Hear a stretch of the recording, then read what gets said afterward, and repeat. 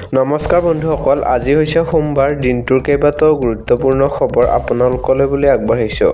প্ৰথমটো খবৰ, ভুলতো সুৰাপান কৰি বাহন নচলাব। কাৰণ সুৰাপায়ী চালক, বনভোজকাৰী বাহনৰ বিৰুদ্ধে আৰক্ষীৰ তীব্ৰ অভিযান। নিশা ব্লেড এনালাইজাৰ লৈ আৰক্ষীয়ে চলাইছে অভিযান। সুৰাপান কৰি বাহন চলালে পৰিব আপুনি বিপদত। সুৰাপান কৰি বাহন চলালে ভৰিব লাগিব 10,000 টকা পৰ্যন্ত জৰিমনা। ভাৰত-ভূটান সীমান্তৰ বগামাটি পৰ্যটনস্থলীত বনভোজ খাবলৈ অহা সুৰাপায়ী চালক বিৰুদ্ধে কঠোৰ অভিযান। তামুলপুৰ জিলা প্ৰশাসন, আবকাৰী বিভাগ আৰু জিলা পৰিবহণ বিভাগে চলাইছে অভিযান। পৰৱৰ্তী খবৰ, দৈনন্দিন আপুনি ৰেলত যাত্ৰা কৰে নেকি? তেনেহ'লে এই খবৰটো আপোনাৰ বাবে। বৃদ্ধি পাব ৰেলৰ টিকেটৰ মূল্য।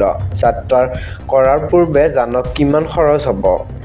যদি আপুনি ৰেলযোগে যাত্ৰা কৰাৰ পৰিকল্পনা কৰিছে, তেন্তে এই খবৰটো আপোনাৰ বাবে অত্যন্ত গুৰুত্বপূৰ্ণ। ভাৰতীয় ৰেলৱেই 2025 চনৰ 26 ডিচেম্বৰত যাত্ৰীৰ ভাড়াৰ নতুন নিয়ম কাৰ্যকৰী কৰাৰ কথা ঘোষণা কৰিছে।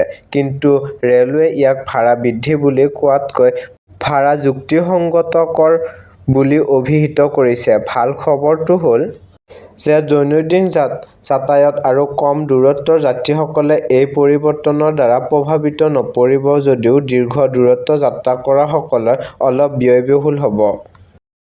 পৰৱৰ্তী খবৰলৈ আগবঢ়াৰ আগতে যদি ভিডিঅ'সমূহ ভাল লাগে তেনেহ'লে প্লিজ এটা লাইক কৰি জনাব। বাংলাদেশত সংখ্যালঘু হিন্দুৰ ন্যায় আৰু সুৰক্ষা বিচাৰি আবছুৰ তীব্ৰ প্ৰতিবাদ।